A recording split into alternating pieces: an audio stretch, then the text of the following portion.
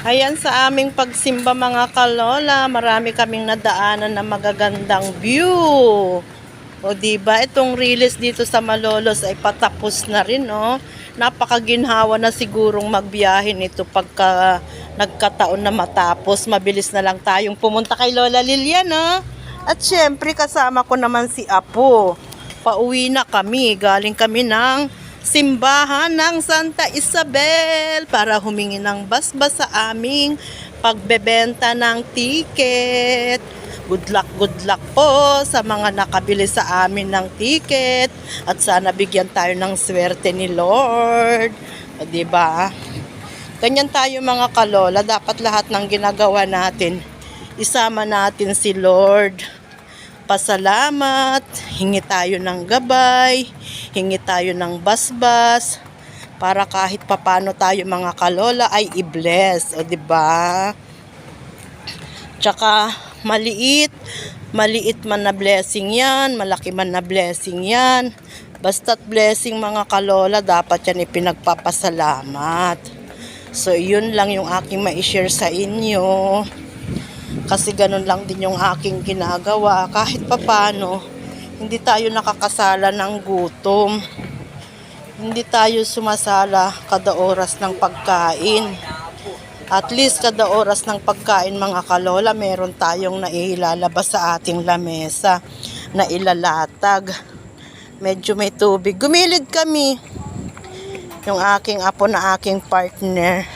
Kahit saan ako magpunta, nakabuntot yan. Kaya pasalamat din ako kasi kahit papano meron akong nakakasama. O di ba mga kalola? Ito lalakarin namin papunta doon sa ano. Dito rin kami dumaan kanina, hinatid kami ng motor.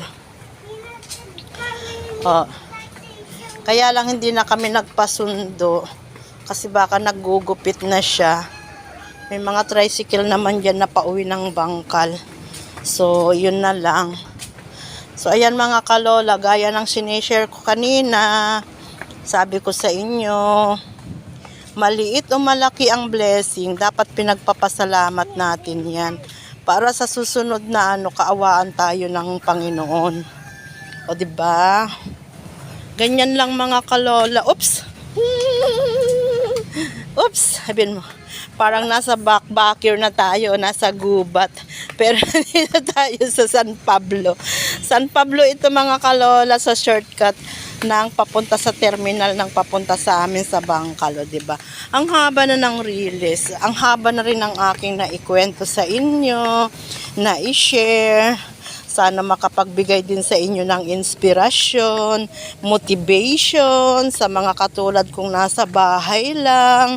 Kung sa mga gusto rin naman na magkaroon ng extra income mga kalola, PM lang kayo sa akin at baka sakaling magkaroon tayo ng magandang samahan sa pagbebenta ng raffle ticket. O diba?